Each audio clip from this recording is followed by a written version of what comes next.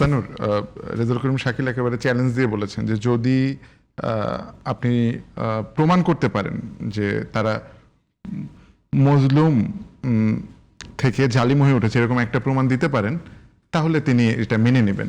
তো এরকম প্রমাণ কি আপনি দিতে পারবেন কিনা? 2 নম্বর হচ্ছে যে বারবারই আলোচনা চলে আসে যে ছাত্র শিবির ছাত্রলীগের সঙ্গে থেকে অনেক অপকর্ম করেছে নিজেদেরকে ছাত্রলীগ প্রমাণে।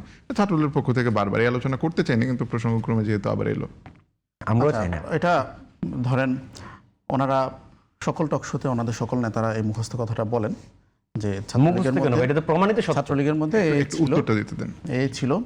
আমরা 5 আগস্টের পর কি দেখলাম, ওনাদের প্রত্যেকটা কমিটি যেটা প্রকাশিত হচ্ছে, ছাত্রলীগের 20 জন 30 জন সেই কমিটিতে পুনর্বাসিত হচ্ছে।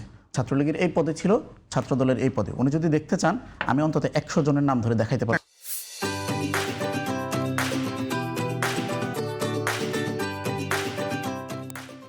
দুই একটা কি আপনি আপনার মনে আছে কিনা বলার জন্য, কারণ তিনি তো চ্যালেঞ্জ দিয়েছেন।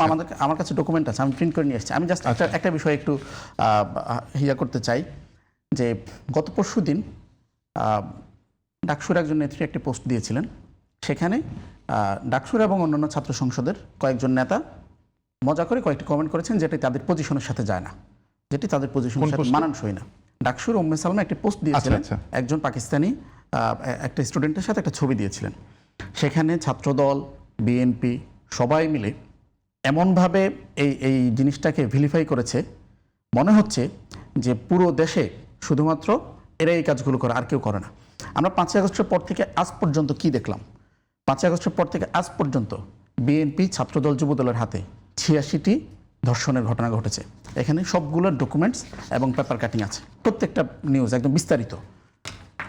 আমার স্পেসিফিক প্রশ্ন, 5 আগস্টের পর আজ পর্যন্ত ছাত্র শিবির কয়টি ধর্ষণের সাথে যুক্ত ছিল?